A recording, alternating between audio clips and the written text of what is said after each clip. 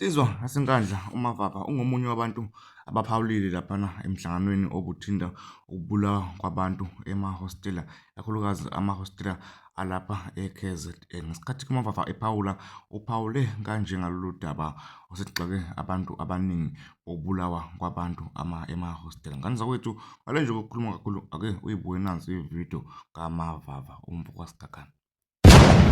Kunenkinga nabantu bakamaphumulo kuze kukwazi ukuthi namakhosi mangabe esuka la eyalapha yazi ukuthi awufesa obani makuzokhuzwa nje esiqhweni umuntu ogangayo mekakhuzeke, kodwa uma ezotholakala nje umuntu kahle ekhulunywe naye eseza ukuthi inkulumo iqonde yena, uyokwazi ukuthi abe novalo nongakaganga ukuthi hayi mawuganga ugcina kuba khona abantu abakuqondayo.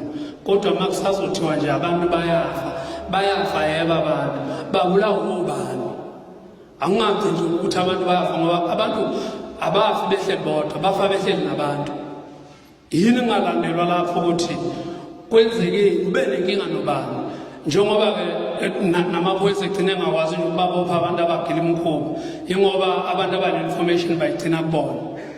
Ngiyazi ukuthi vele nakho ukuthi induna ayikhulume uyifake engozini, kodwa akibe khona indlela ezokwakheka enye mhlawumbe ezothi ake kukhulunywe ngasese namakhamera lawa engekho kuzwakala ukuthi inkinga ikuphi, ngoba nawo amakhosi phela kufana ukuthi kuyonikelwa ngawe igebengwini manje uyokhuluma nabantu ungazi ukuthi awukhuluma nobani.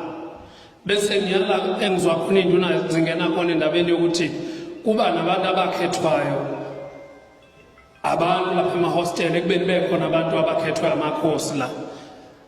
Ngiyafisa ukuthi ungagcini basengathi amahostela awabantu bala e-KZN kuphela, anabantu bakwezinye indawo abahleli nabantu bala e-KZN kuphela.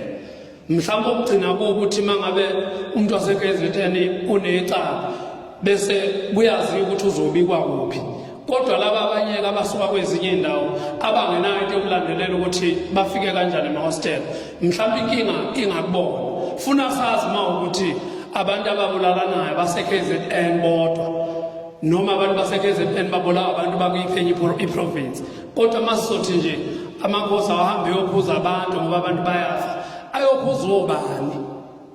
Yabo.